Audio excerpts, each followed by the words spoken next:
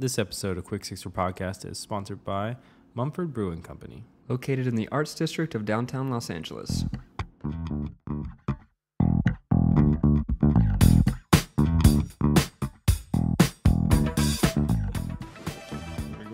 Yeah. Hello, it's your boys, Bad Arts and Drew Pasley. This is episode 24 of Quick Sixer Podcast. We're with your boy, Vaughn. Vaughn Roburts, comedian, actor, and whatever else they'll allow me to do. You know, he just Snapchat doing his thing.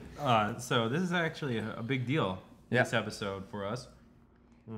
We just... two things to bring up. Go ahead. Vaughn's our first comedian. Oh, that's awesome, man. I like pioneering stuff. And this is our first sponsored podcast. Yep. Oh, that's awesome. This particular one sponsored by Mumford Brewing Company. Yep. Downtown LA. We got some huge ass crowlers. Yeah, crowlers from the brewery itself. We got three different kinds. So, and it's nice because your boy lives downtown, so we got to just walk over there, or we drove over there. But we drove over this time. We drove. You know, it's raining though. So the Mumford brothers hooked us up. Shout out to those dudes. Those dudes are awesome. Hit it up. This time we got Looters, which is an 8.0 beer. It's real nice. That's what I'm drinking right now. We're gonna switch it all up. Yeah, we got Jeff, which is a Heffenweiser, and we got Bigham's, which is what I'm drinking. Mm-hmm. I forgot what it was though. It's like a Belgium. Yeah, I think it's a probably Belgium. Yeah, but anyways, shout out to the Mumford boys. You guys are killing it. Appreciate this. So let's get right into it. Yeah. We went to this brewery today, right? To pick up our wonderful beverages. And me and Drew saw something that we'd never seen before. Well, they canned the beers at the place. Yeah. It was insane. It was weird. Like, I've never seen that happen. Yeah, it was super weird. Like, have you seen a beer get canned before? Me? I don't. You know what? This is a special occasion for us all because I don't even drink. So I'm drinking Jeff because he had the lowest alcohol percentage. I'm like, hey, it's Saturday, Jeff. Jeff's your boy, though. Jeff's got AA meeting percentage. He's got O'Halligan's percentage.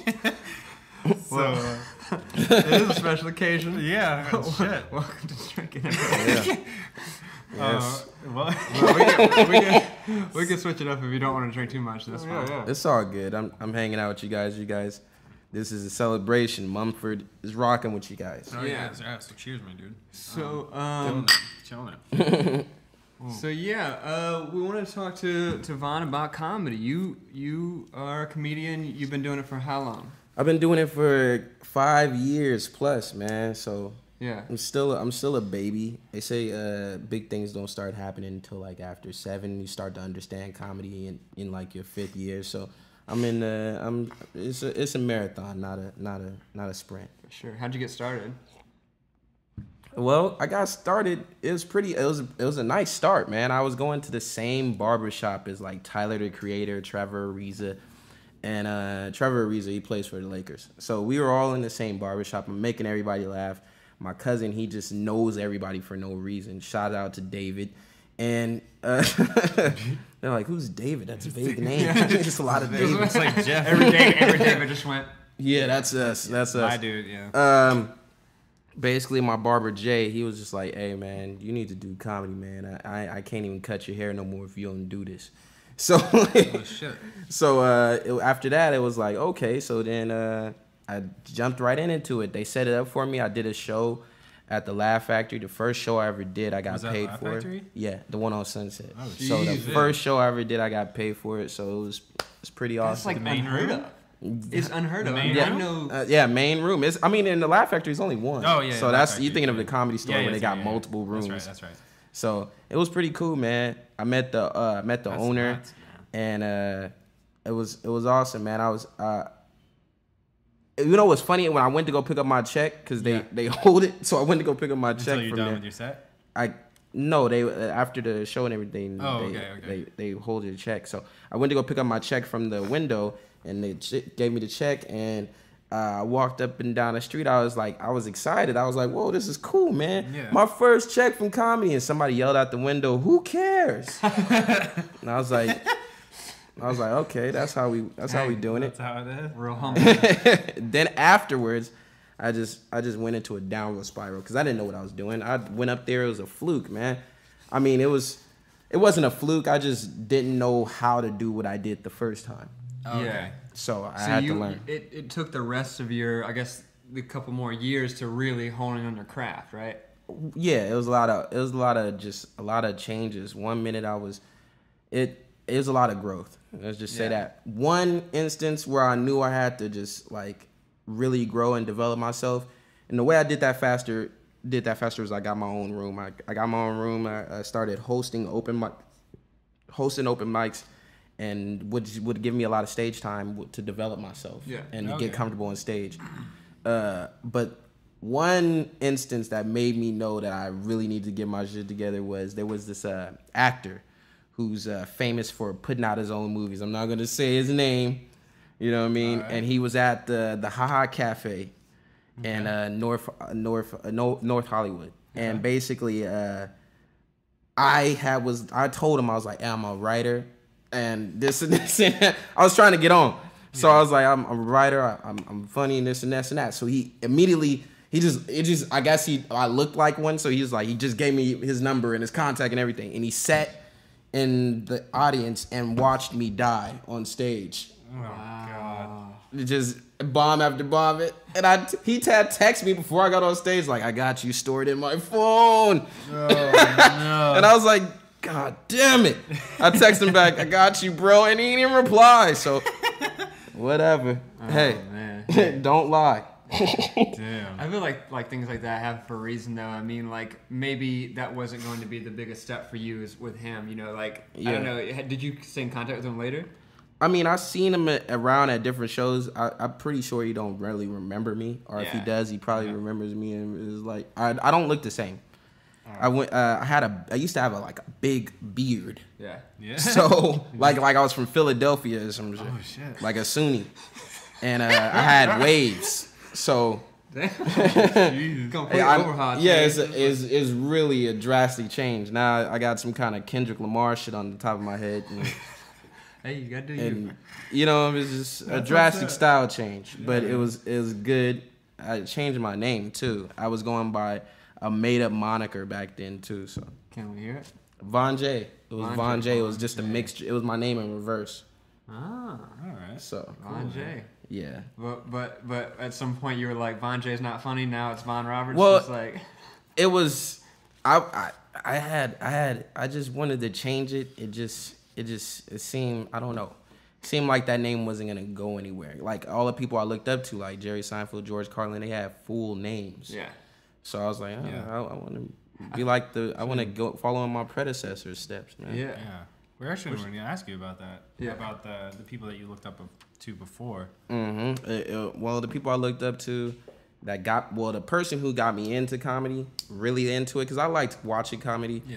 With Def Comedy Jam and Martin Lawrence and all that stuff, but the person who got me into like the pure form of comedy, like just like really good stand up and fundamentals and stuff, was Patrice O'Neal. Like watching him just like break down an audience and still be able to come across intelligent and smart and know what he's talking to, but still be himself, was something that really intrigued me and made me want to pursue. Nice. That's cool. More. Nice, dude. Because he looked like a guy that could actually hurt you and rob you after a show. Yeah. He's a big dude. And he used to wear jerseys and basketball caps and shit like that. So he looked like he could hurt you. But then he would talk to you and you'd be like, okay, this guy, he's not just some big brute. Like he's actually reading books and shit. Yeah. And studying people. Exactly. I feel like, and I mean, you got into comedy in a different way than other people. Like you kind of like, somebody said, you know, you're funny, you should do this. You didn't really like grow up thinking like, oh, I'm going to be a comedian, right? Yeah, I didn't. I used to play college basketball. Like, yeah. I didn't. Yeah. Oh, nice. Yeah, That's cool. I went to a junior college. I was supposed to go to Big U, Utah, Oh, and cool. I didn't. I was so fucking lazy and just disgustingly just like. That's college though. What do you? Before it was like I graduated from high school with honors. Yeah. It was easy for me, and then when it was time for me to do like the SATs and the like the ACTs, I didn't do them. Yeah. I didn't go. I did the prep classes Yeah, and stuff like that. But then when the day of, I looked at my alarm clock and I just hit snooze and then went back to sleep. Like, Whatever. and then that was the day. Like, okay, well, you need to go to JC and do a couple of years there. Then you can transfer since you're not Yeah. gonna do that. Oh, wow. Nice. So yeah, So I you ruined from- my own life. So, so you're from there? Are you from? No, I'm Sydney, from Utah? I'm from LA. Oh, you're from LA. Yeah. All right, cool. Yeah, I just moved around a lot. You know, parents split, and then you gotta Yeah. you gotta grow up. I had a dad, so yeah. Don't say. I'm African American. I I had had a a dad. Yeah. Okay. But yeah, that's cool. Like you didn't grow up thinking you're gonna be a comedian, but like once you got into it, you started seeing like what influences you, like Patrice O'Neal and stuff like that. I feel the same way about acting, and felt like I found some weird way to see what kind of style of acting I like, or what kind of like performance I like. Like my biggest influence is like Andy Kaufman. I like him. It's just so crazy. Like he didn't consider himself a stand-up comedian. Like he was a performance artist. Like he would go up and just do these crazy ass things like The Foreign Man, or like, you know, whatever, and just like make audiences feel really strange about what they're seeing. And it was always hilarious. Jim Carrey did a great job on that character my too. God, Man on the Moon. Man on the Moon was a great movie. I always seen Andy Kaufman in Taxi, and the only reason I seen him is because I would stay up late at night when I was a tiny ass kid, Yeah. and I didn't know what the fuck was happening in Taxi, but I would just watch, and he would come up there with the unibrow and do his thing. Legit. Oh yeah. Kids don't know about no Taxi now. Yeah, Taxi used to come on Nick at Night. Yeah. Oh, no, hold on. What was it? It was. Oh man, what was that channel? It was Nick at Night, but there was also that other thing that they had. It was a basic. man. It was a basic Yeah, it was TV basic channel. TV. KCal 9. I think it was KCal 9 in California. Yeah, I'm not in sure. California, yeah, In California, probably. but that I don't know what Fuck, we were. what am I thinking? Anyway, whatever. But he all was. those throwback shows. It was the throwback show. It came out. They were still showing it on basic TV around the time that Michael Keaton was Batman. So if you know, dude. Yeah. Dude. if you watch Michael The Keaton real as Batman. Batman, the real Batman, Yeah, the real Batman for in all you theaters haters. around that All time, right. then you know what channel it was. You It know, was just now put it There's a like that. transpo guy last night. I'm working on this show right now, and this dude last night, I swear, I'm on 14 and a half hours at this point, and I go up to this transpo guy, I'm like, bro, anybody ever tell you look like Michael Keaton? He goes, yeah, all the time, every day, actually. I was like, Michael oh, Keaton. shit. But he's Spanish, though. So Oh, That's fucked up. I was like, oh, okay, you're the Spanish Michael Keaton. And that's the only thing I'm going to call him from now on. But I think his name is like Richie or something. I do want to say something about the old shows, though. I don't think we ever talked about this, but you know, we might have talked about this, but Splash. You heard about Yeah, this? the movie with No, The Tom movie or Hanks. the show I worked on? No. The Splash is a new network for all the '90s shows. Oh, All the yeah, Oh, that's yeah, cool. That's cool. I thought he was talking about the mermaid movie I was with like, oh, shit, Tom with Hanks. Tom Hanks? I like Big. So check out your old '90s. Yeah. Go ahead and catch up on that on the Splash. You act too, Pat? No. I work on the other side. Oh, okay, you get the money. You get the money fast. He's working to be a producer, so he started off as PA, doing PA stuff, AP stuff. So like he's Oh, so you really went through the Oh, the, dude, the, I'm the going fucking through the gauntlet. Yeah, Yeah, man. it's The gauntlet. It's it's rough. a constant struggle. He actually produced one of my short films, and kind of going through. That was a lot of editing, huh? I don't know. Ask him. He's the I editor. edited it. Oh, you was chopping it up for you, and he just look at the final project like, oh, That's what maybe. this dude does for money. He does. He's editing. Yeah. When he was on that project, he was like the marketer. He was like doing all the stuff that we needed to do to get it out there. That's But cool. Kind of like how we got this beautiful chalice of beer. he's Yes, Mumford Brewing. Yeah, when I first contacted you about this, I was like, he's our business person. Like he's the one that like sets us up on iTunes, sets us up with breweries and stuff like You that. gotta have it, man. You Yeah. gotta have a business sense mind. Because I'm more technical. Like I like this show. I like setting up the microphones and all that stuff, and like setting up cameras or whatever. But like I don't know shit about producing. Like I mean, maybe I could figure it out if I looked into it, but like, it's good to have somebody who knows what the fuck they're talking about. You got to, man. It's a long road, man. I mean, with anything out here, I think in LA particularly. Exactly. There's so much. I mean, people with talent just move here because they think like this is the spot where I can make it. This or New York. Basically. Yeah, and maybe New Orleans or Atlanta now. I've been thinking about New York too, but now everybody's running to Atlanta because Atlanta is just giving out those opportunities, really just throwing it out. Yeah. Like they're like, "What? Oh, you here? You here? All right, whatever. Go and put them in a movie." Have you been to Atlanta? I've been there like one time, bro, and I didn't go out there for business. I went out there to see my family. My brother lives out there. Yeah, no, I've shot in Atlanta a few times, and it's like the night scene, on point. Yeah, on point. Like, yeah, it looks nice down there. It's nice, and I mean, you know, it's hot as hell. Like during the day. And the day is like, night, what the though, fuck you get is that this? little breeze. You go out, do your thing. They got some outside bars and stuff. Like just nice places to hang out in. Texas night scene is beautiful too. Down in Dallas, I did some shows down in Dallas. Shout out to our boy and Dan. Yeah, shout out to them. Our boy Dan. I did some shows out in Dallas, and it was the weirdest thing. Like their cities are just beautiful. Like I'm like, God damn. But they're super racist. Like now, I went to I did a show, and then some other comics was like, let's hit the bars, right? So we hit the bars, and they wouldn't let me in. They told me to go around back, and that's the first time I ever heard that. Like in Dallas, around back? Yes, you got to go around back. What year is this? 1920. Man, this is shit. These are these days. Time travel? You on a Doctor Who episode? Yeah. So shit. These are these days, bro. Okay. Oh, so I went. No. We tried to. It was like maybe there's something going on. So we went around back.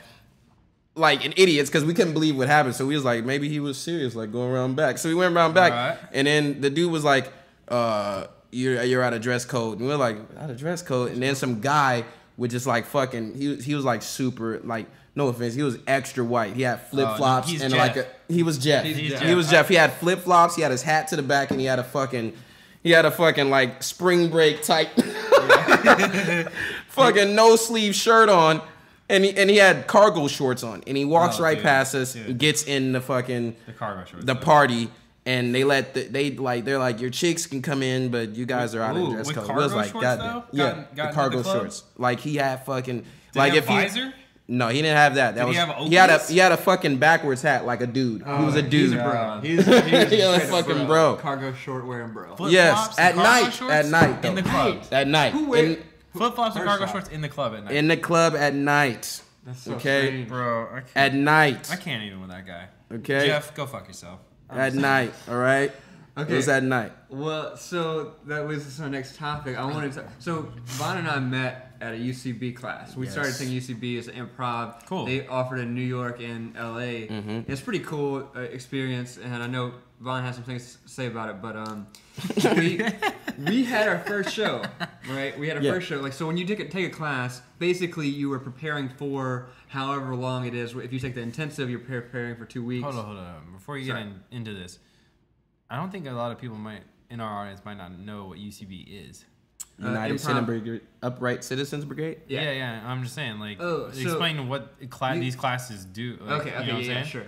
So this is basically it's first started by Amy Poehler had an improv group, and they were called Upright. ASCAT, right? Well, I think they were called Upright Citizen Brigade. Okay, and then that's how it started, because they started their own company because it got so popular. Yeah. And basically, what they do at UCB is they teach improv. So basically, they teach forms, they teach what you're supposed to say, whatever. So you guys met at one of these classes. Yeah. First UCB class we met, and then so we're spending a lot of time together because like 2 weeks, like. I don't know how long was the class, like 3 hours long, something like that. Yeah. And then we're hanging out and like. Yeah, we were hanging out outside of class outside of class and stuff. And so you're preparing for a performance. Basically, after the class is over, you perform in front of an audience, and so that was cool.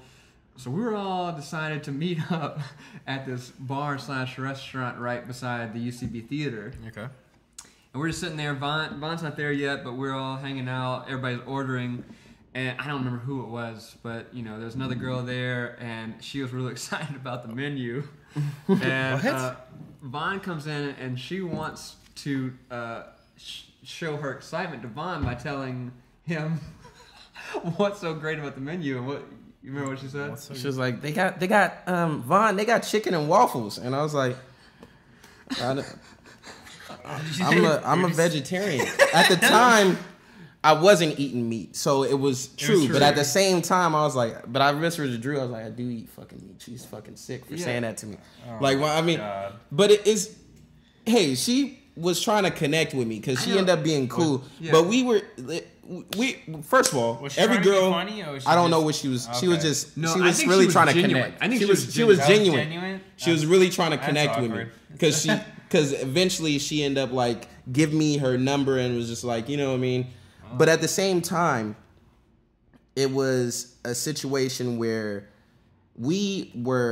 everybody in LA is trying to be an actor or get like a movie role or something. So what producers and people tell them to, and casting companies, they tell them, oh, go build up your resume, go do UCB, go do all these other favorite things that have nothing to do really with acting so you can become uninhibited and be a better actor. Yeah. Okay. So we had a bunch of chicks that did not care about comedy, didn't care about political correctness or any of that shit, or just didn't even think fully through before they talked. They just were like, I'm a model, I want to be an actress or whatever the fuck. My agent told me to do this. Yeah, so I'm here. That's what we had. We was dealing with a whole bunch of like hot bimbos, basically. Nice. And it was like when it happened, I like immediately cringed and I looked at you and I was just like, when you said that, I was like, oh my god, this is fucking hilarious. But like, it's like she was being genuine. It was like some indirect ass racism. It was like she wasn't meaning it to be racist. Was she like blank faced, like she didn't know what she was talking about? No, she was just like she said it just like without thinking about it. She's just like, she's just like, oh, black people like chicken and waffles. Hey, Vaughn, it's like some stereotypical ass. And I was the only one there, so I was just like, you know what? Hey, yeah, it's like, I'm a vegetarian actually. Oh, so. Jesus. And I feel like, I don't know. like you said, she was cool and she was genuine. She didn't really mean it in a harmful way, but it's just like it's like that's weird. Yeah, I mean, it bums me out to say that I've seen that happen more times than I want to my friends. But you know what? It really is. It's it's upbringing, like, and then it's television, and then people. A lot of people don't take time to expand their mind. So, and then they relate one thing to a whole group of people instead of just individuals. Absolutely. I mean, me and Drew grew up in the South, so we've seen our fair share. Man. Yeah. I'm pretty sure you did. Me and Drew talked about that before. This point to that point, dude, like full blown, and just like. I got a whole bunch of friends that come from the South, and they immediately start to just like, okay, I'm gonna date these type of girls and these. They just like go crazy because they wasn't able to do that back at home. Yeah. They just start. I'm expanding. So man, I'm just curious now. Like, you mentioned like in Dallas, you did a show that it seemed like you had a racist experience. Yeah. And I'm wondering if you see any expectations. From people, or like you're seeing racist experience besides the one in Dallas of like they want you to do, because we were talking about earlier about the black people do this, white people do this kind of comedy or whatever. I don't know if you have any. The way I base my material is I base my material off of individual experiences and just like experiences that we can all relate to as people. Okay. Situational. That's why it's good to be more articulate, and so you can describe a situation to people, even if that situation only is particular to my environment. I can still make you understand how you should feel if it was to happen to you. Yeah, you know what I mean? That makes sense. Yeah, I like that. Do you play off of other comics like styles ever, or you? I did at first, but. Then it never. When I did that, I never had any connection to my material. So it didn't feel personal. So it did not feel personal at all. It was more so I was chasing the laugh, and now I'm so focused on trying to make myself laugh. So you're building it. Yeah. So I'm building my own style and myself. Like I do things to make myself laugh, because if I'm happy with it, then I'm cool. You know what I'm saying? It's not if you love something and you're passionate about it, it's not about being the best at it. It's about being the best you can be. That's what this is, my dude. Yeah, I mean, I know.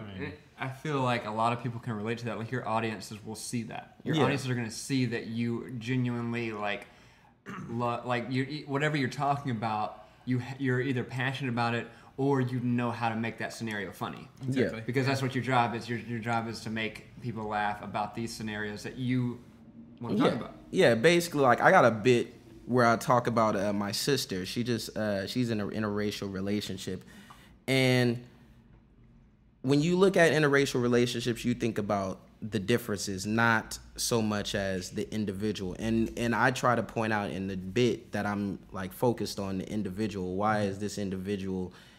Why is my sister like this particular person? And I basically pull the card where my sister is. I feel like she didn't give her own race a chance because my sister, she only dates white dudes, which is not a problem.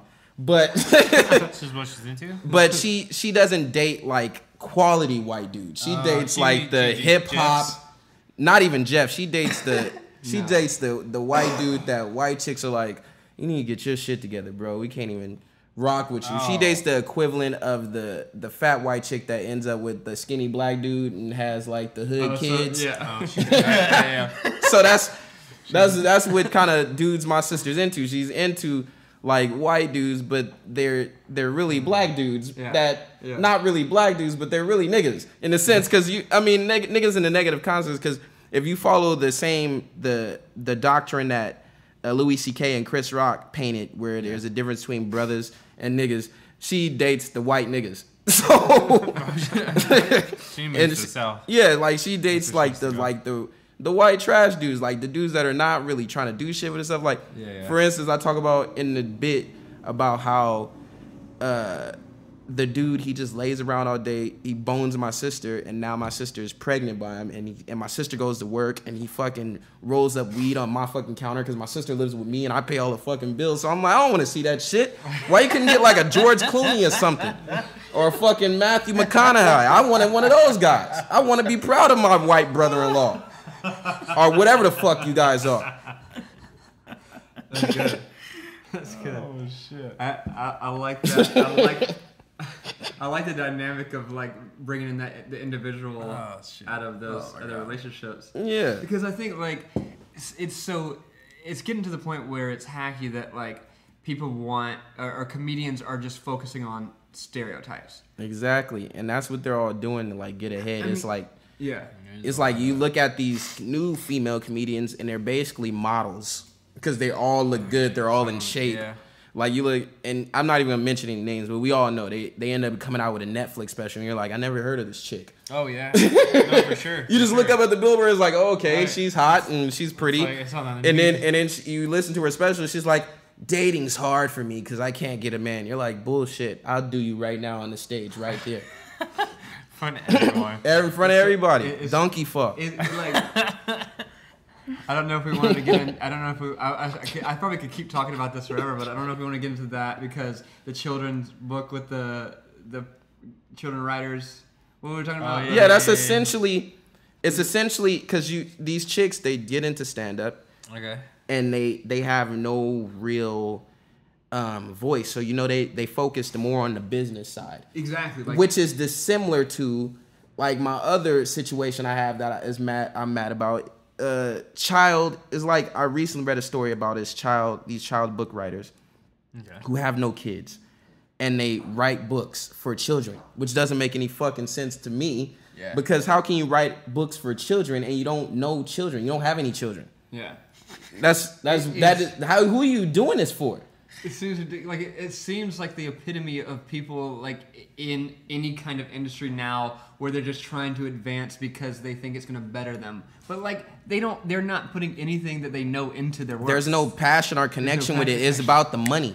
You know what I'm saying? So it's a hustle because they know that parents are gonna buy anything for their fucking kids. It's like the dude. Do you know the dude that invented K-cups? You know the K-cups for Keurig, like the little individual packets. Yeah. He decided that he was like, I don't even own one of those. They're too expensive to have, and he's like embarrassed about the waste. Like he invented them, but he doesn't even like them. He's bummed out. He's just like, are you serious? Yeah, he invented them, making millions of dollars, But he's just like millions is an understatement, bro.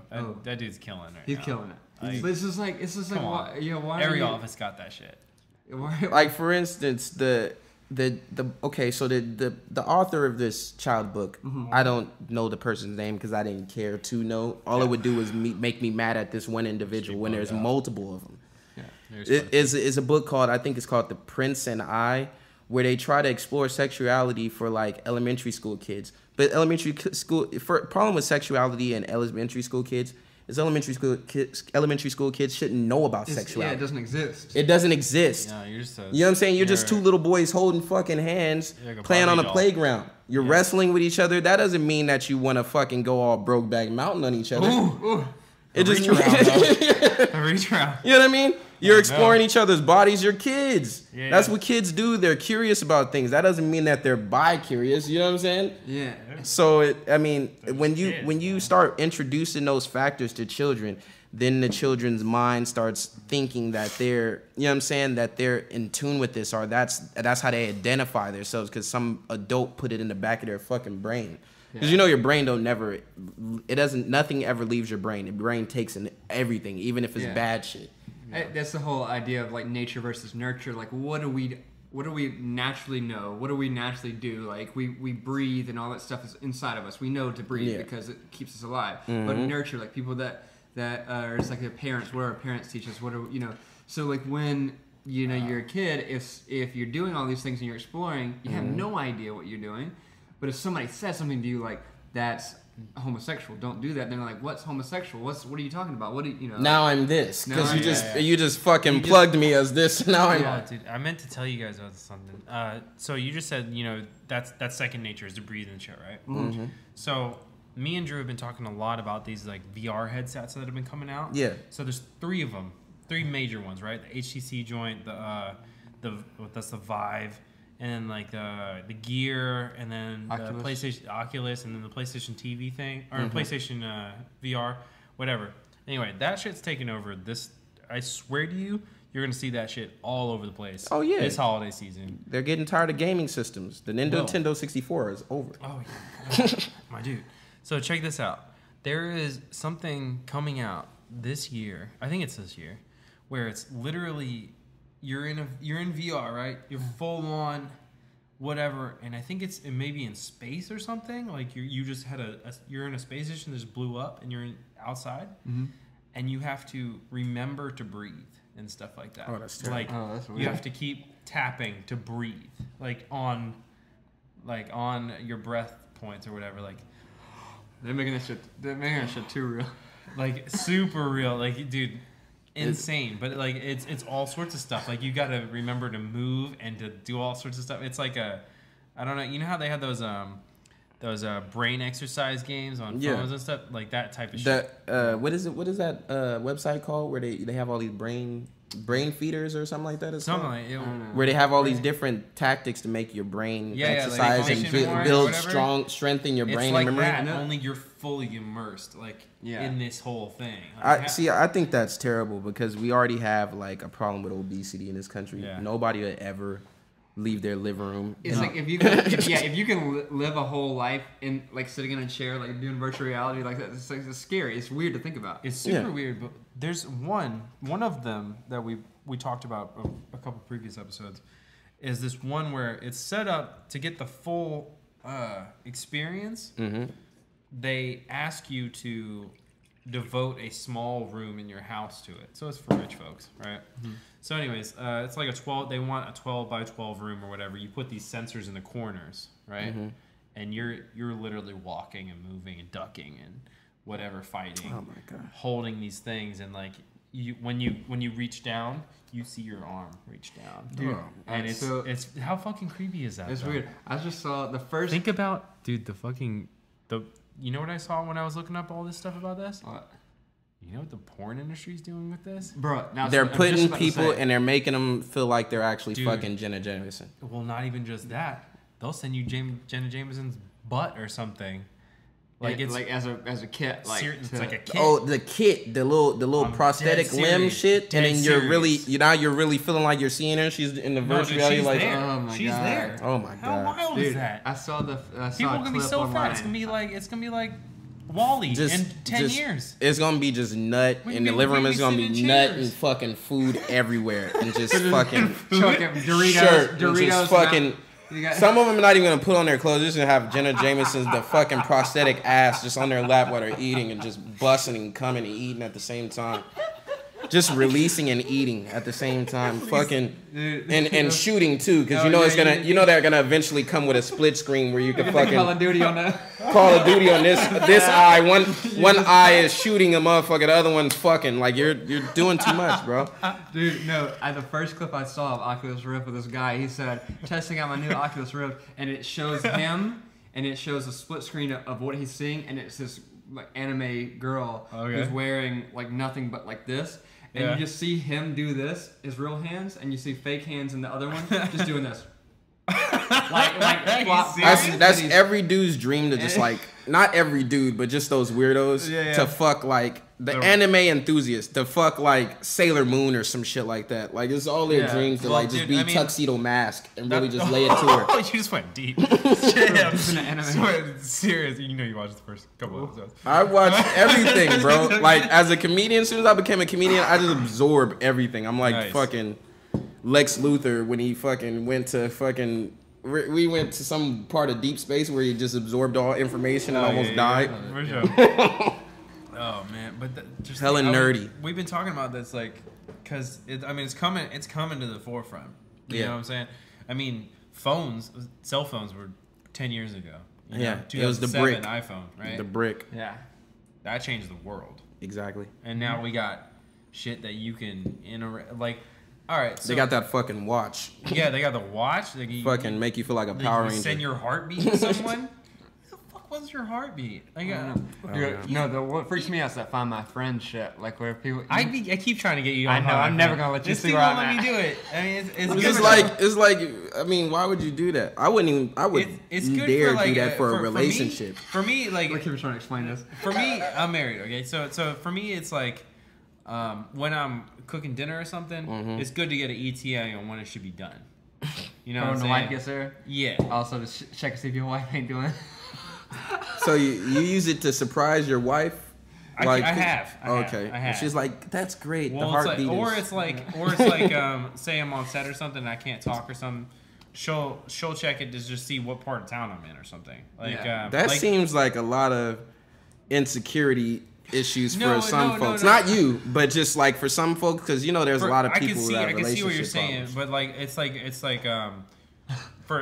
sometimes for like safety shit. Like the other day, I was in like deep hood ass Van Nuys, and it was getting close to night, and she was like, Armenians "What the get you fuck over there." She was like, "What the fuck you still doing over there?" You know, like you're like, "I'm on my way." Yeah, like I'm trying to get the hell out. Like I'm not trying to be in deep ass Van Nuys at night. Like this don't work in Van Nuys at night. I'm sorry. The Armenians that get you over there. Yeah, man. My Espanol gangs. They don't they'll get you too. My mom has me on that. She's doing the Find My Friend. She requested and I didn't at first. Oh, what's up, James? Because I'm just like, Mom, you don't need to know this. But then she like texted me. She was like, you haven't accepted my Find My Friends. I'm like, well, I just don't know how it's gonna deal with my battery, my phone. Yeah, how long my Find My Friends with like, yours been? And then unaccepted. Unaccepted. Like, couple years now. It'll make me feel better knowing where you are and all this stuff. And so I'm just like, whatever. You know what it's good for though? What is it? These parents that have kids that give their kids phones. Yeah, that's good. A lot of dads would appreciate that. Yeah, for their daughters. The sons, they don't really care. Yeah, fuck no. Whatever. You know what I'm saying? But the daughters, you know what I mean? She's over somewhere. She's getting boned somewhere. So you gotta find it. I know, man. She getting that. She's getting it somewhere. Hopefully not from her substitute teacher. That's no, that's not good. Damn. Every girl, every girl has like a teacher. I wanted to bone my teacher story, or in college too. That's probably, especially in college. I think that's they had a bunch of issues with that. At least halfway. Yeah. I think that's less with dudes though. You know what I'm saying? I think it's more with dudes. If you like when you're younger when you're in high school. Younger I guess, but like in college when you're like. You're seeing all these you're don't even play. In college, you really want to just do everybody, but more so the administration. Like a secretary, like you walk into like the admissions office, and you see that one hot secretary that didn't graduate from college, but she works in there. You're like, she's trying to get her credit. She's in there doing college nighttime classes and probably raising her son fucking in the daytime when she's not working. Her first year of college. Oh yeah. It's bad. I told you about my 9th grade year, the girl who got caught fucking the theater teacher, right? Oh yeah, he was boning her life away. Oh yeah, all day. It's like on the stage. Oh, on a stage. Yeah, in a classroom, on a stage, in the closet. Bro, it just happened. Was it on a prop bed that the props department made, and then they put it on stage? And then... I'm sure they figured that out too. Hey, you know who boned a lot of their followers? Who? The fucking remember the what was their name? The fucking what was those trainers? The workout guys. What? The guys who used to sell P90X? The workout guys. They used to work out at the beach a lot. They do a lot of the muscle. No, they guys? had like the Herbalife guys. They used to fuck a lot of their. Really? Hell yeah! They take them to the beach, work them out, get their numbers. We're a workout group.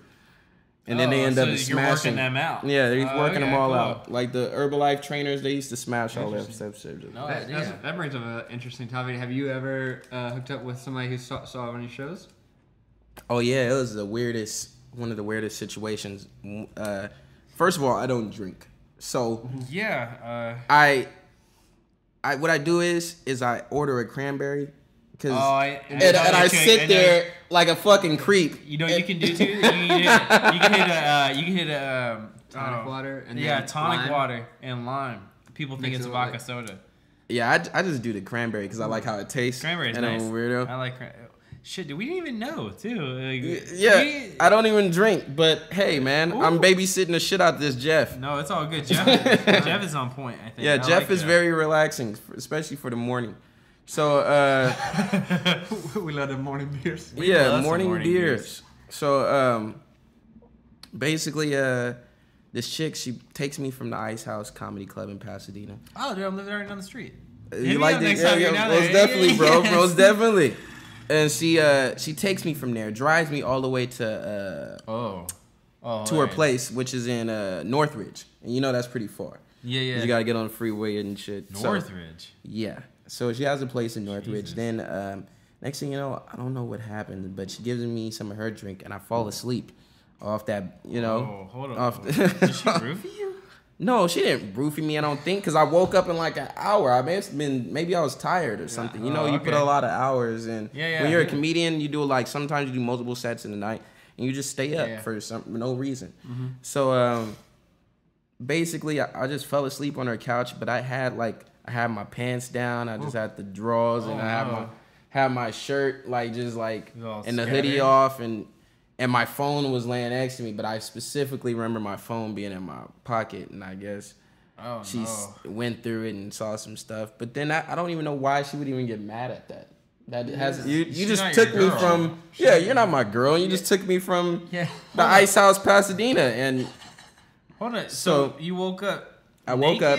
Almost naked? Damn near. And then she was mad. What? And was like, I gotta get up in the morning. She woke me up and she was like, I gotta get up in the morning, so you gotta go home. I'm like, I don't live over here. Like, you gotta drive me home. You talking to me on some go home Roger type shit, and I don't stay around the corner. Yeah. I just live in LA. Like, you gonna have to drop me off in the hood or something, man. So that's weird. Yeah, that was a weird situation. That was one of my weirdest stories. Other times I just get numbers and then hang out, and then and you do the Netflix and chill mode situation where you just you yawn, and the next thing you know you're having sex. You yawn, you stretch, and then you have sex. Nice. During the downtime of a movie. You're trying to just the middle part. You stay for the end. The setup and the end. But anyway, what else do we want to talk about? We want to talk about have you ever bombed at a show? Oh, of course. Where Where and about the bombs? Like, how early in your career? Or he's saying the second time started bombing, right? After the So you were in a high. So explain where are you at mentally? Okay, before you went on stage, and then where you at after? Because I've always wondered about that. Oh, like, when bombing? Yeah. Like, do you know midpoint? Like, oh fuck, this is terrible. Okay, Or, so you feel it. You really? Feel it. I mean, really, it's like okay, it's like talking to a woman, right? Okay.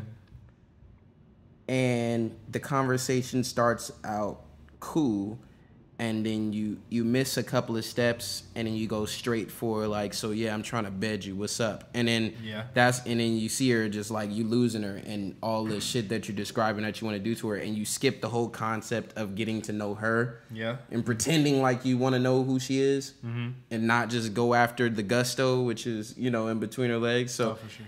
when the audience see that you skipped a few steps and you're just immediately going for like whatever cutthroat and just talking shit about them and just doing different things out of order, not really finessing the situation and taking your time and really evaluating and treating the situation organically, then they turn on you.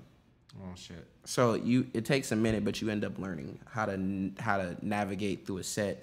Because I've had sets where it started out bad and then I pulled them back in, and it ended well on a high level.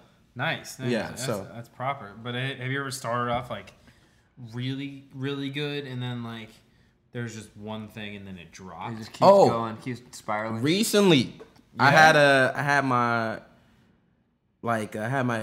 earlier this year. Well, we still early this year, but I had my TV. I had a TV appearance. All right. And I was doing a taping, and it was in front of some very important people. Can we talk about what it is?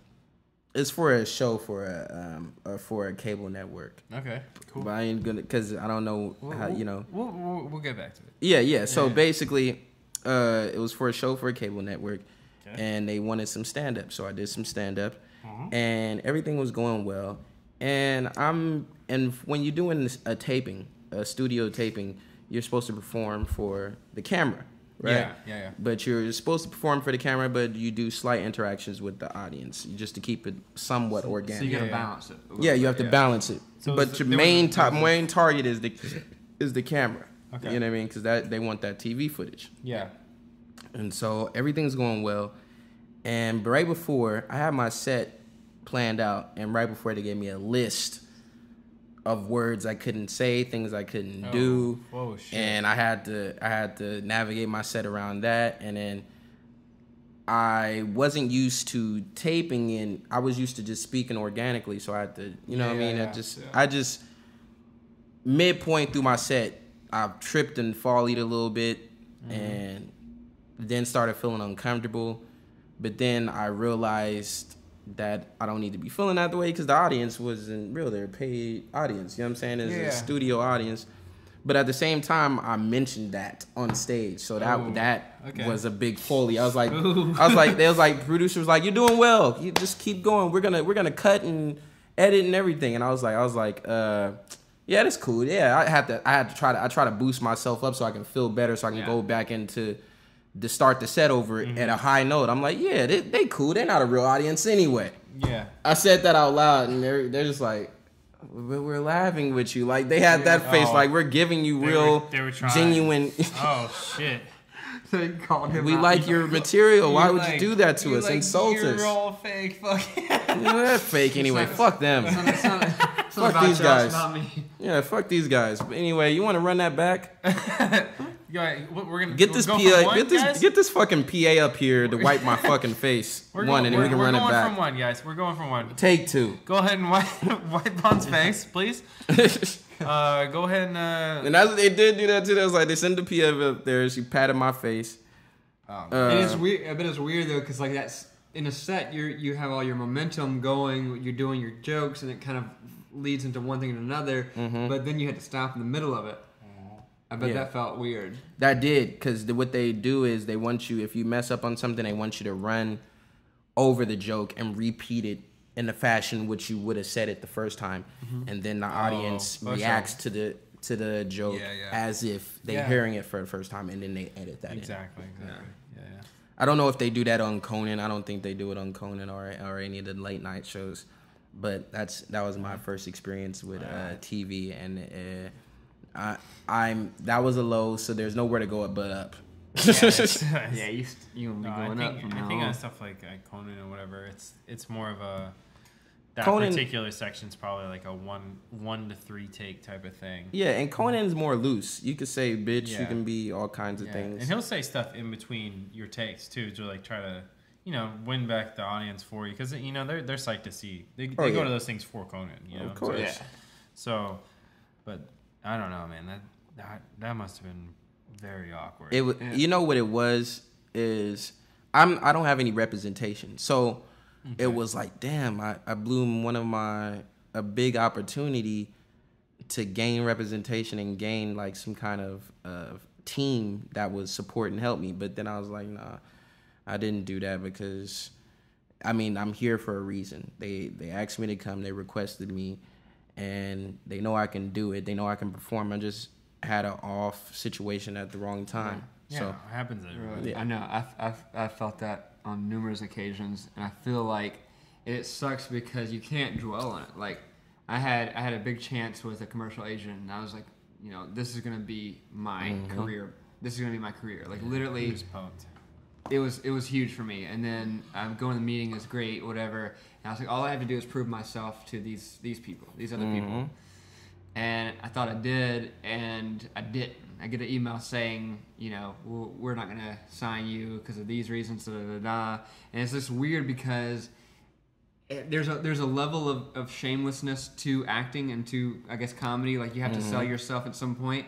Yeah. But like I would rather just have managers or producers not producers, but managers or agents tell people, hey, you should go check this guy out because he's cool, he's good, Promote he's a good you. actor. Yeah, Yeah, it's yeah. like it's so weird, like saying, hey, I'm great, you should hire me to do your thing. It is. It's weird. It is a little. It does feel a little unhumble. Like, and then you build this expectation up in people, and then they come out and then they don't feel like you reached it. I know.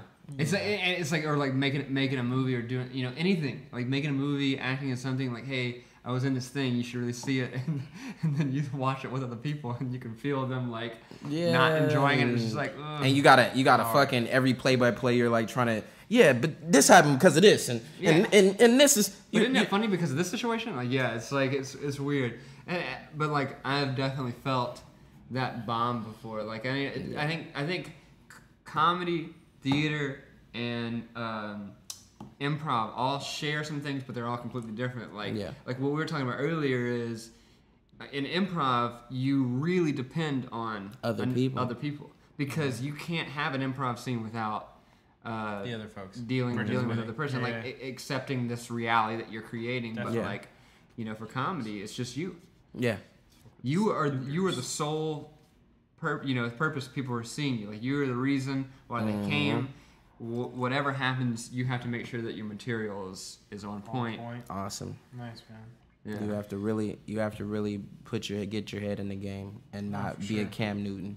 And I think for theater, like you people are expecting, especially if you're doing a play that like people know about, like if it's like a Shakespeare, let's just say Shakespeare play or whatever, everybody knows what to expect. You have to perform it well. You have to do what. So like you drop a line, and you don't know how to handle it. You gotta run over it. Yeah. You know what's weird about this? I know you guys are kind of in the same boat on this, but on the other side of the lens, it's almost the same, because like when you sign up for a job, right, or you get called for a job, they expect you to know certain skills. And sometimes you'll get like the super green, don't know anything, or sometimes you'll get some people. There's like three varies. You get that. You get some people that know some things, maybe not all down to textbook. You know what I'm saying? And then you got these fucking all-stars or whatever. Oh Treat yeah, people that are like shit. killers. That are really killers in the game. They're killers, and then you got the rando card, right? The rando card is the people that play like they know they're the all-star.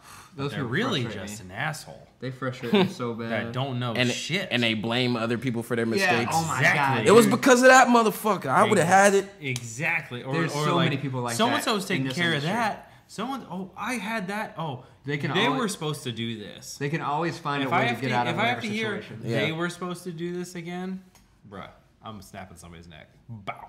Done. Yeah. Done. Sorry. I hear that a lot on sets as far as like the background is concerned, because I had a friend that used to do a set production. Yeah. So he used to like, and then they would leave him in charge in certain areas. Like he would set up a office or something, like, okay, this is gonna be like this. This is your area. Yeah. This is how they set is gonna look.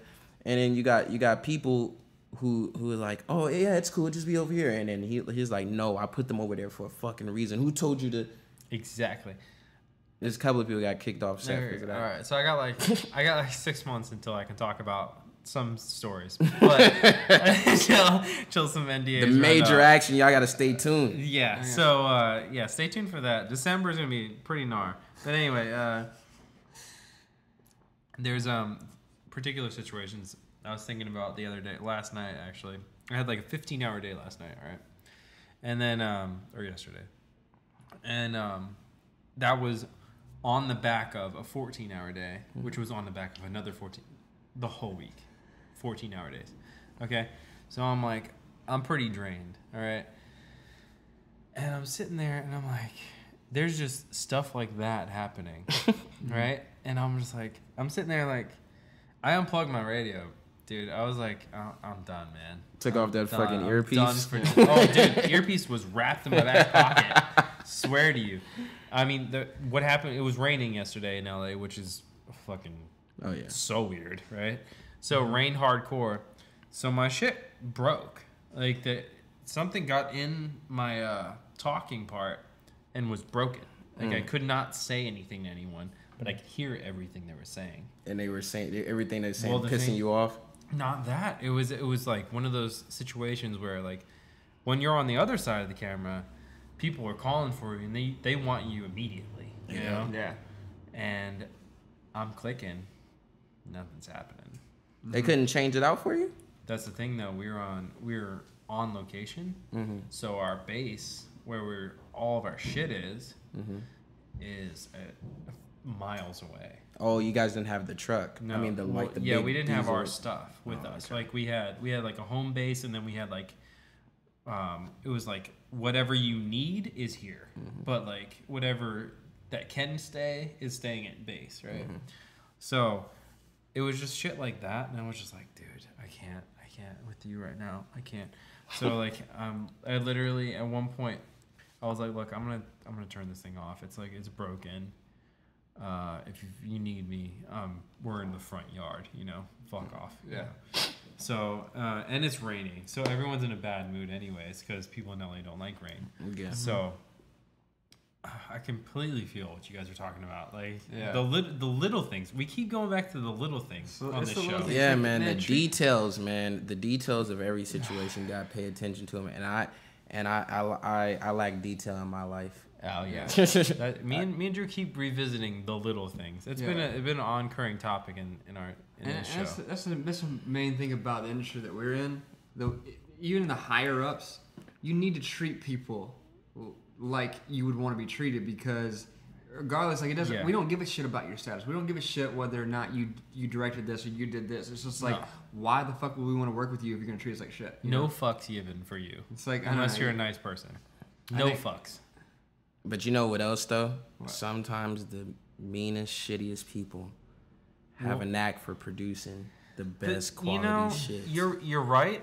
You'd be like, you piece of shit person.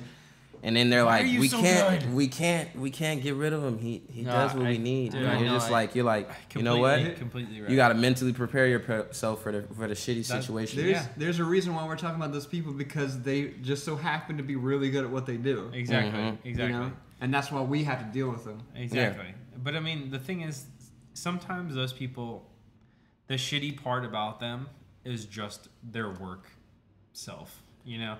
Like, say you're at a rap thing or whatever, you're grabbing a drink or whatever with them, and they're literally the coolest person. They're just like, they want their shit done a certain way, and this is the way it happens. And if it doesn't happen that way, they fucking flipping wigs. They are a different human. You know, they're done. I had a boss like that, man, and that's exactly how he was. If he fucked up, he would make it the littlest thing. He would be like, you know what, it's cool, this and this, we'll just fix it right here. But if it was somebody else, he's getting a shovel and he's digging their grave for him. He's like, you're fucking out of here, bro. I've experienced that so much. Like, I had this one editor that I was co-editing this project with, and I mean, I fucking could not stand working with them. And like every time they kept trying to micromanage me. Yeah. And it's like, we're doing two different things. You can't do that. You can't tell me what to do. And then we decided, you know, after the project would go out, had the best time, just fucking best friends. Like we should have been hanging out, you know, from the beginning of, you know, whatever. It's just not weird. It's different relationships out there, and you just gotta find if you're doing something on a personal level, and it's for your business or a project you want to put together, then you got to get people that's gonna gel with you, or you got to suck it up and take the asshole. That's true. You know what I mean? Because if you take the asshole, you're gonna have to take it his way or the highway, or let him know that you're in charge, and he'll respect your opinion more. That's a true story. You know what I mean? But it's got to be a firm establishment with anybody. Yeah. Yeah. I mean, absolutely. So, Vaughn, do you do comedy full time now? Is that your whole thing, or do you got to supplement? It's comedy is part time. Okay. You know, when I do get an opportunity to go out of state, I jump at it, and with my my other financial situation, it's more lenient towards me leaving and going to do something. So I can work it around my schedule. So you have a supporting backup. Exactly. Nice. You know what I mean? Got to keep the lights on. Oh, absolutely. Sure. Yeah. Absolutely. In the gym. Where can people find you, Vaughn? Oh, they can find me at www.vonroberts.com, or they can find me at @vonroberts every piece of social media that exists. And Roberts is spelled ROBURTS. That's the thing. There you go. Drew threw me off on that one. I sent him your info so he could. Like, that's not right. I sent dude. There's another Von Roberts. Right? Yeah. And it's with the OR. He sent me a picture. He sent me a picture of this guy. This picture of this guy, and I was like, and it's like some guy, some actors just like headshots like this. Oh yeah, it's like some super. Suited up, like. Is it a light skinned dude? Yeah. Oh yeah, I know who you're talking about. He's a model. Yeah. But only me and him come up. But if you type me in on Google, I'm gonna come up before him. All right, so hit that UR when you do that. You hit the UR. Where can we catch you at? And then the future. This is gonna go up on a Wednesday. Probably. On next Wednesday, huh? Yes. Well, the Thursday. Well, this Thursday. Okay. Tomorrow. The April 14th. Okay. I'm gonna be producing a show called Peer Pressure. It's a comedy show I've been producing for a year and some change now, and I'm having all kinds of known comedians on there. Last show we had London Brown. London Brown, if you're not familiar with him, he's on the Baller Show. Yeah. Mm-hmm. Yeah, with on The HBO. Rock. And they're in their second season. They're doing well. He's also a comedian too, so he was on the show. We have a lot of internet personalities. I co-host the show nowadays with my bro Trey Mo. He's a internet personality. He does a lot of YouTube vids and stuff like that. So you've probably seen his vids. Yeah, the cast is usually very eclectic. Like we got Jordan Rock on this next show, which is Chris Rock's little brother. So he's on a Netflix series right now too. I forgot what it's called, but if you type in Jordan Rock, I'm pretty sure it'll come up. Yeah, sure, for sure. Where's Peer Pressure is gonna be in I call it Beverly Hills, but people say it's the outskirts of Beverly Hills, which is right next to which is right next to the Grove. Oh, okay. I still claim Beverly Hills, whatever. Yeah. It's La Brea and La Brea West LA and whatever, and Beverly. The West Side. Yeah, West Side. All right, cool. That's awesome. I mean, at the Tao Comedy Studio. And then Comedy Studio. And you got some of your material on SoundCloud, right? Of course. Yeah, Of course. yeah, yeah. SoundCloud at Von Roberts. Awesome. Oh, that's super rad. Oh, I wanted to ask you. Shit, we didn't even talk about your producing shit. I didn't know about that. Oh, We yeah. just did. I mean, well, hey, Yeah. What's up with this, man? I produce comedy shows. I do that. You know what I'm saying? I had to learn how. I basically learned it from Nichelle Murdoch. She produces a lot of shows around town and in Detroit. And You went to Detroit? no, I haven't been to Detroit Oh, yet, okay. but she produces shows out there. I'll be out there soon. It's a bomb. And she's yeah, it's a bombshell. But they got a lot of great nuts. comedians and comics coming out of that The thing- area. that's the a thing, lot of dude, talent dude. down there. When shit It's hard to get them out of it. Like the fucking the flame just fucking rises from the Yeah. art. Yeah. Yeah, it's weird. When you go, you'll see it, dude. It looks like it's bombed out. Yeah, It's nuts. it a lot of abandoned houses. So I read about. Oh, And dude. the Flint, Michigan thing was just That's terrible too. Terrible. And that has a lot to do with it. Yeah, Because no, the no, no.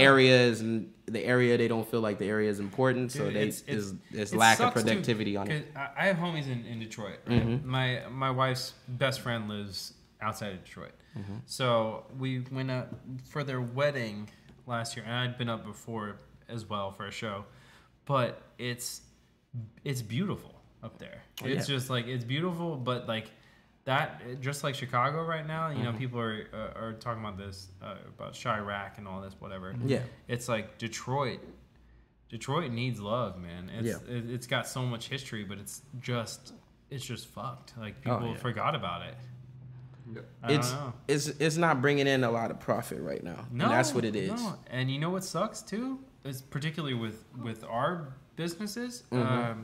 I was talking to my boy up there, and he was saying that they were building a studio because a lot of shit films up there, like I think Transformers, stuff like that. Like brings in a lot But Because it's then- cheaper to film. You can get the sets for fucking nothing. damn near you nothing. can buy the fucking house. Or whatever, you know, like Give it to somebody later. yeah. So, but the thing is, they took away the film incentives, so they backed out of building the studio. So it's gonna stay shitty, just like what Georgia just tried to do, and then they got butt fucked by AMC and Disney, and they said, "Nah, you passed that whatever gay rights bill, or whatever the hell it was." That weren't equal opportunity or equal service or whatever the hell bill was. What are you talking about, Mississippi?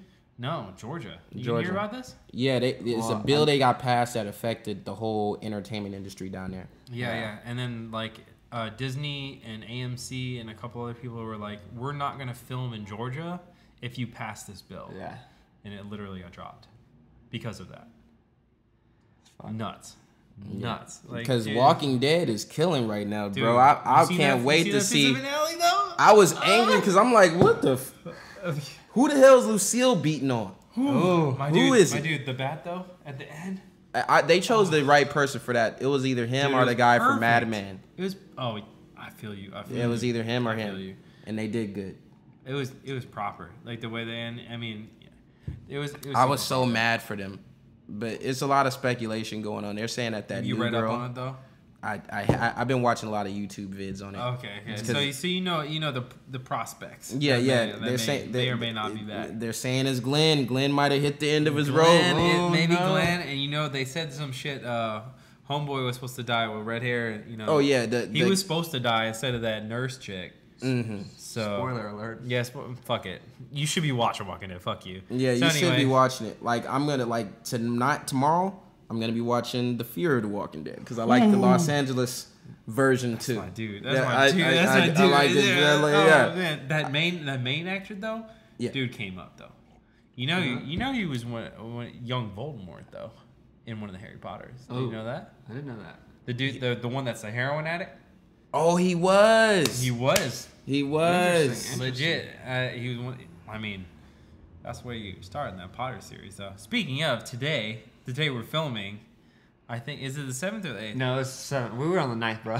They're the But ninth. On the They're 7th, 9th. they opened up. The 7th they opened Potter World. They opened up here Potter in World LA. in the Universal Studios. Universal So go check that shit out when it's not raining. Yeah, go walk around Universal Studios, man. Yeah, you'll see some weird shit. I have a weird history with Universal Studios, so I probably won't be there. I used to work there. I used to be one of the green shirts Oh shit, really? and used to wear Really? the high water pants Nice. up my ass. With the White Sox? Nah, I used to wear black socks. I Ooh, couldn't go rebel. that. I couldn't do it all that, man. But I had the cleanup pouch. I used to wipe down the tables right in front of the chicken spot where you get them fucking Cinnabons from, bro. So fucking Bart Simpson. Boy Vaughn was cleaning it up for you, you filthy bastards. Filthy bastards. Chicken wings every day. Fucking big blocks of chicken in front of the Flintstone area. Oh shit! Fucking You terrible. bastards in the Flintstone area. Yeah. So, anyways, Bon, where can we find you and see you? And where you already talked about where's next, but where are you gonna do stand up next? You didn't say that. I'm gonna be doing I do stand up in my shows too. I host them. At the peer pressure. The peer pressure, and okay. then on Saturday I'm gonna be doing this show called Neutral Ground, where I do stand up there too. Oh, okay, cool. Nice. Okay. What is the venue for peer pressure? Tao Comedy Studio, man. Town Comedy Studio. You know it's cross streets. The cross streets are La Brea and Beverly, but you can follow my Instagram, and I got a flyer on there for you. Yeah, go ahead. You know what I mean? Instagram, And Von Instagram, Roberts. Von Roberts. Von Roberts. with the U, not With a a O. U. Get it right. It's VON There you go. ROBURTS. And that's like basically all your stuff. All of them. Shit. Hit them up on SoundCloud. Hit them on Instagram, Twitter, Twitter, all of that. Twitter. I dropped Facebook. It's weird because I'm like I'm actually the first comedian to drop a comedy mixtape, which is like a I saw that blend earlier. of like, I was yeah, like, oh Ooh. shit. it's like a blend of just random bits and jokes, me Nice. working out and is rough audio, but it's got a nice feel to it. It's very artsy. nice. I try to be on my Kanye West and his comedy world type shit. Ooh. You that mobile type? Oh, Yeah. Oh, yeah. The more artsy type, because the mogul type, you gotta have some kind of sense of mean- monetary gain. You have to have like. Oh, damn. I haven't gained that like Sorry, Kanye. that like That mindset though. of like. I haven't gained that mindset like Kanye, where he knows like, okay, I'm gonna make this much from it, and I need to get this amount of money in this. I haven't found that yet in me. Shit. Well, But once I get that business mindset, then I'll be all right. Entrepreneur experimental. you'll like, get that though. Because I'm too like for the people right now. I'm in this stage of my life where I'm for the people, so I'm like, man, give them the art free, man. Do this for free, man. I feel like man. that's good for our careers at this point. In our life, he's you know? like, that's dumb. No, that's good for the career. It's I'm good all for the about career. that. I'm all Because, about that. like I said, like for your set, like people are gonna know when you're genuine. People are gonna know when you're for them. People, so that's a good thing. No, Yeah. it's for sure good. It's for sure good. So you so, can, yeah. yes. What? Is that Where are you going? I was gonna go with the end of it. No. Do we gotta sign off? One Is there more a thing beat? before we sign off. We gotta give props again to our Mumford Brewer. Oh yeah, Mumford Brewer. Mumford So Brewing should Co. Go find them downtown LA in the Arts District. Hit up your boys, both the Mumford brothers. them up. They're awesome. Let them Los know. Angeles, California. Let them know. Quick Sixer told you about them, and They'll be psyched. They'll be psyched. But anyways, hit them up on all their social medias at Mumford Brewing, and their website mumfordbrewing.com. They're off Boyd and 4th Street. I'm about to follow them right now. Yeah. Hopefully they follow back. You know what I'm saying? I give people 24 hours to follow me back. I don't follow you on social media if you ain't following me, man. I ain't no fan, man. I'm just a supporter, baby. Yeah. Mumford Brewing. I love the Jeff. Jeff. Yeah, I'm a big fan of the Bighams. Bighams was my favorite. Jeff. That's what I try to do. Jeff. Oh man. So go hit your boys up. QuickSisterPodcast@gmail.com. Yes. Go and figure out your boys over at Mumford Brewing. Hit your boy up Vaughn at everything he's on, and at what do you want to play? You want to play anything right now? Besides all your social medias? The social medias, man, just stay tuned. I got a couple of projects I'm working on right now I can't discuss, but when they come out, you'll know about them. Yeah. For sure. So go follow your boy. You follow And then, me at Drew Pasley on everything, Instagram, Twitter. Yeah. Yes, Drew. What is it DRW? DREWPASLAY, drunk ass. And your boy Fat Arts at PAT_ARTUS. Go hit us up if you want any topics or anything. Hit us up at quickcaesarpodcast.com. All that shit, you know, it's your boys. It's your voice. So, bye. Goodbye.